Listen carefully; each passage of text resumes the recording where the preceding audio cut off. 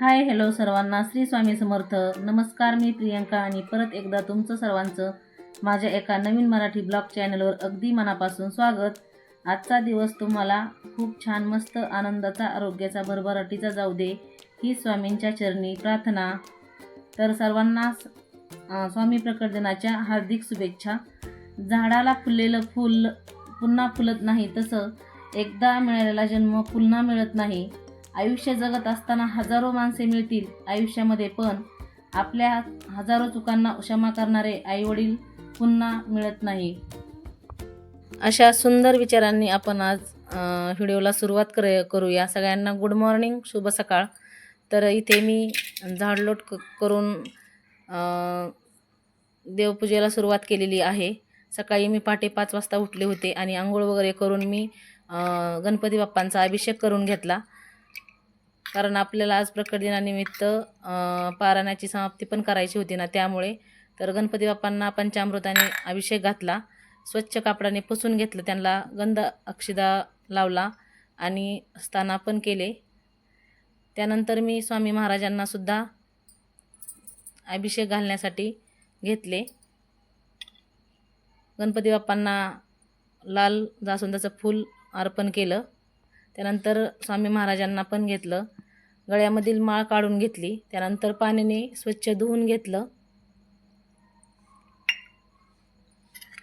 पंचामृताने आपल्याला अभिषेक करून घ्यायचा आहे, तर मी ते पंचामृताने पण अभिषेक करून घेतला स्वामी महाराजांचा. आणि स्वामी महाराजांचा श्री स्वामी समर्थ असं म्हणत मी अभिषेक केला 5 वेळा. त्यानंतर पाण्याने स्वच्छ मूर्ती धुवून घेतली, रुमालाने छान अशी पुसून घ्यायची आणि त्यांना गंध लावून घ्यायचा. त्यानंतर आसन द्यायचं आणि आसनावरती स्थापित केलेलं आहे. त्यांना हाताला, पोटाला, आणखीन खांद्याला अष्टगंध लावून घेतला. त्यानंतर माळ घालून घेतली, त्यांना पाणी पण ठेवले आणि फूल अर्पण केलं. पिवळं फूल पण मी स्वामी महाराजांना ठेवून घेतलं. त्यानंतर स्वामी महाराजांच्या फोटोला सुद्धा लाल फुलं ठेवून घेतली. आपल्याकडे जी फुलं असतील ती फुलं आपण स्वामी महाराजांना अर्पण केली तरी सुद्धा चालतात.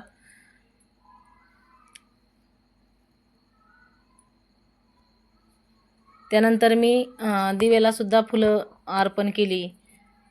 कलशाला पण फूल ठेवून घ्यायचं. आपण जो प्रसाद ठेवलेला आहे केळीचा, त्यावर सुद्धा आपण फूल ठेवलं तरी पण चालतं. तुमच्याकडे जेवढी फुलं असतात तेवढी फुलं तुम्ही ठेवून घेऊ शकता. त्यानंतर मी पोथीची पण पूजा करून घेतली. हळद, कुंकू, अक्षदा वाहून घेतल्या. त्यानंतर आपल्याला फूल ठेवून घ्यायचं आहे. फुलं पण मी ठेवून घेतली. त्यानंतर धूप ओवाळून घेतली, अगरबत्ती ओवाळून घेतली, स्वामी महाराजांना पोथीला आणि लावून घेतली. तर आपण जशी सेवा करतो ना मनोभावे, तशी स्वामी आपली सेवा करून घेतात. आणि त्यानंतर स्वामींची पूजा झाल्याच्या नंतर मी देवपूजा सुद्धा करून घेतली. देवांना आंघोळ्या घालून घेतल्या, त्यानंतर हळदी कुंकू वाहून घेतलं, त्यानंतर माळा घालून घेतल्या आणि फुलं वाहून घेतली. त्यानंतर मी स्वामींच्या चौरंगाभोवती आणि पाटाभोवती रांगोळी काढायला घेतली. तर मी अशी चाळणीने रांगोळी गालीच्या बनवणार होते, पिवळ्या कलरचा, आणि त्यावरती लाल कलरची रांगोळी काढणार होते. तर इथे पाहू शकता मी साचे आहेत माझ्याकडं, आणि पावलाचे साचे आणि डिझाईनचे साचे त्यावरती असे उमटवलेले आहेत. एक अतिशय सुंदर, प्रसन्न करणारी ही रांगोळी स्वामी महाराजांच्या भोवती मी काढली होती. आणि हाताने श्री स्वामी समर्थ नाव पण काढलं होतं. अगरबत्ती, धूप, दिवे आणि ही अशी प्रसन्न पूजा डोळ्याला मन मोहक करणारी होती. आणि एकदम सुंदर ही स्वामींची मूर्ती, फोटो दिसत होता.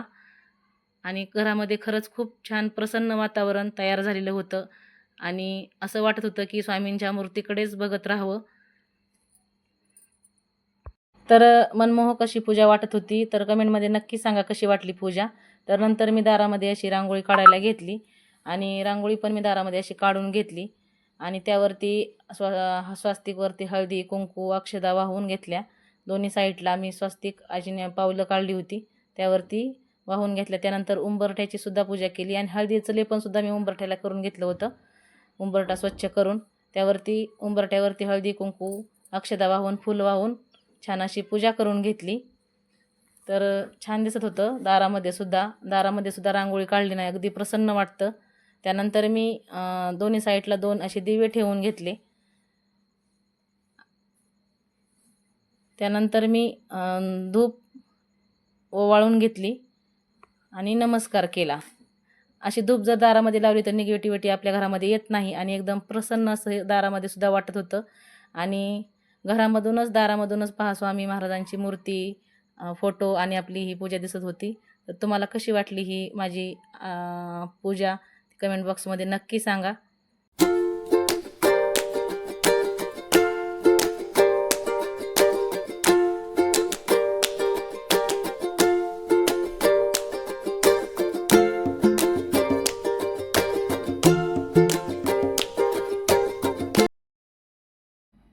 तर आता बरोबर 7 वाजलेले आहेत. स्वामींचा अभिषेक, रांगोळी, देवपूजा, स्वामींची पूजा एवढ्या वेळेपर्यंत माझा तेवढा वेळ गेलेला आहे. आणि आता मी स्वयंपाकाला लागणार आहे. तर आपल्याला स्वयंपाकामध्ये आज पुरणपोळीचा नैवेद्य बनवायचा आहे ना, त्यामुळे आणि मुलं पण जेवायला घालायचे आहेत. तर मी पुरणपोळीचा स्वयंपाक बनवणार आहे.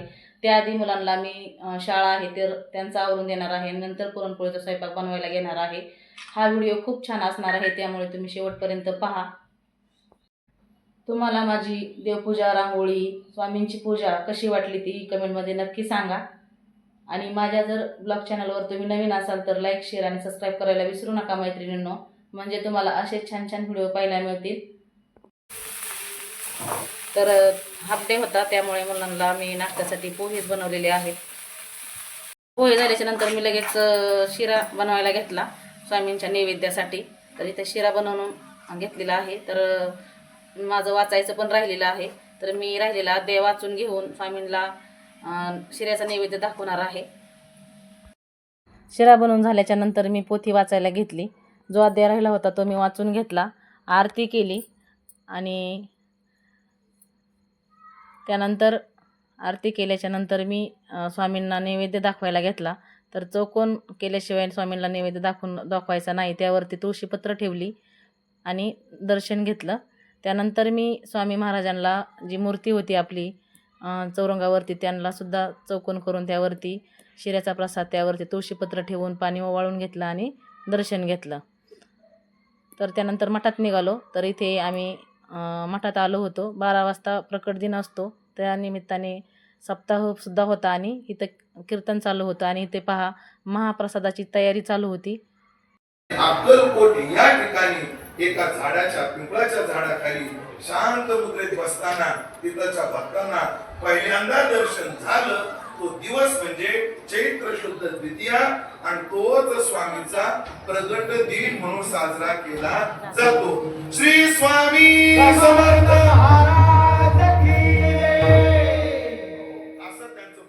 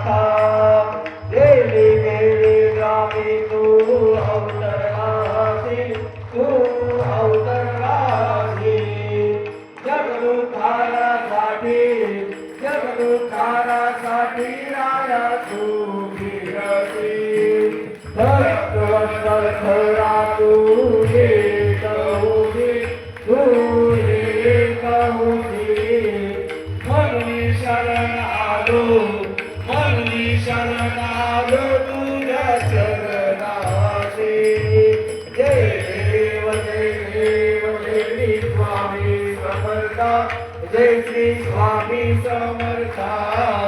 आरती ओ भाडू, आरती ओ भाडू चरणी. तिथे पहा आरती वगैरे झाल्याच्या नंतर स्वामींच्या मंदिरामध्ये आतमध्ये जाण्यासाठी गर्दी होती. आणि त्यानंतर इकडे साईडला महिलांची पंगत बसवलेली होती महाप्रसादासाठी.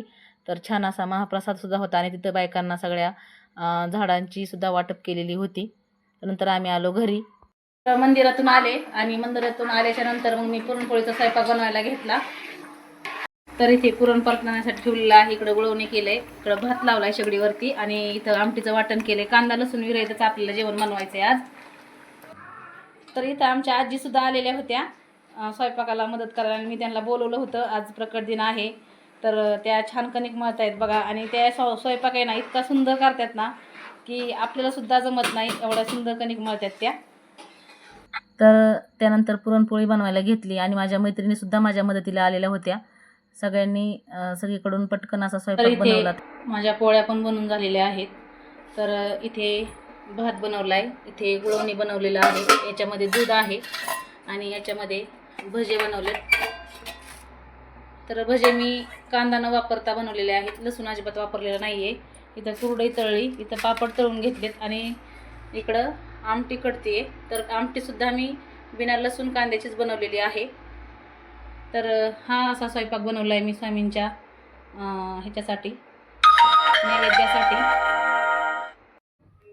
आता सर्व स्वयंपाक करेपर्यंत मला बरोबर 5 वाजलेले आहेत आणि माझं स्वयंपाक वगैरे सगळं आवरलं आहे. आता मुलं ट्युशनला गेलेली आहेत. ट्युशनवरून आली मुलं की लगेच मी आरती करून घेणार आहे आणि नंतर मुलांना जेवायला घालणार आहे. त्यामुळे तुम्ही हा व्हिडिओ खूप छान असणार आहे पुढे, तर शेवटपर्यंत पहा. तर माझ्या मैत्रिणीच्या मिस्टरांनी स्वामींसाठी हारसुद्धा आणला होता पहा. तर हा हार घेऊन आले ते आणि त्यांच्याच हाताने या स्वामींना हार घातला. तर पहा कशी दिसते आपली ही पूजा. आता मुलं ट्युशनहून येत होती, येईपर्यंत मी स्वामी महाराजांचं, दत्त महाराजांचं ताट करून घेतलं. म्हणजे नैवेद्य ठेवायला आपल्याला सोपं जातं आणि देवघरामध्ये सुद्धा मी असा नैवेद्य भरून घेतला. तुळशी मातेला सुद्धा घेतला आणि आता अगोदर आरती होणार आहे. नैवेद्य भरून झाल्याच्या नंतर मी आरती करायला घेतली. तर आरतीसाठी माझ्या मैत्रिणी, त्यांची मुलं आणि सर्व उपस्थित होते आणि आम्ही छान अशी आरती करून घेतली.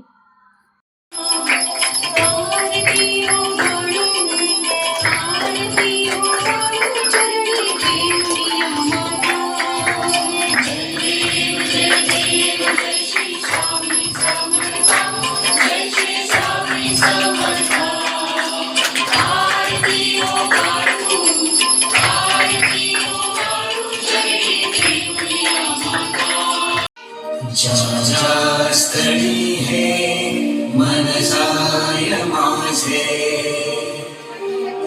त्या स्थळी हे दिगंबरा दिगंबरा श्रीपाद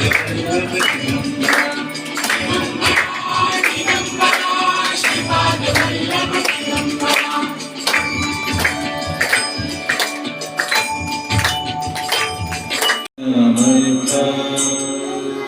श्री स्वामी समर्थ जय जय स्वामी समर्थ. श्री स्वामी समर्थ जय जय स्वामी समर्थ. श्री स्वामी समर्थ जय जय स्वामी समर्थ. श्री स्वामी समर्थ. तर आरती करून झाल्याच्या नंतर मी मुलांना जेवायला बसवले. तर इथे एक लक्ष्मीसुद्धा मी जेवायला बसवली मुलीच्या रूपामध्ये. तर तिचे पाय धुतले, हळदी कुंकू लावलं आणि अक्षदा वाहून मी दर्शन घेतलं आणि त्यानंतर तिलासुद्धा हळदी कुंकू लावून घेतलं. त्यानंतर मुलांनासुद्धा भस्म लावून घेतला. तर 9 मुले मी इथे जेवायला बसवलेली होती आणि एक लक्ष्मी मातेच्या रूपामध्ये मुलगी बसवलेली होती. तर एक आमच्या ताई, माझी मैत्रीणसुद्धा इथे बेसन लाडू घेऊन आलेली होती स्वामींच्या दर्शनासाठी. तर सर्व मुलांना मी इथे भस्म लावून घेतला. त्यानंतर सर्वांना पुरणपोळी ताटामध्ये वाढून त्यांना जेवायला दिले.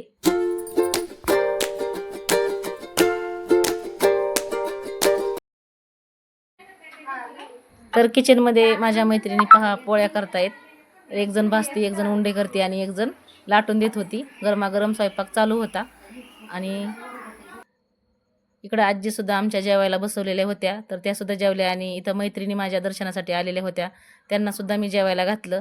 बरीचशी माणसं जेवून निघाली आणि त्यानंतर आम्ही सगळ्या मैत्रिणी जेवायला बसलो आणि सगळ्यांनी व्यवस्थित अशी जेवणं केली.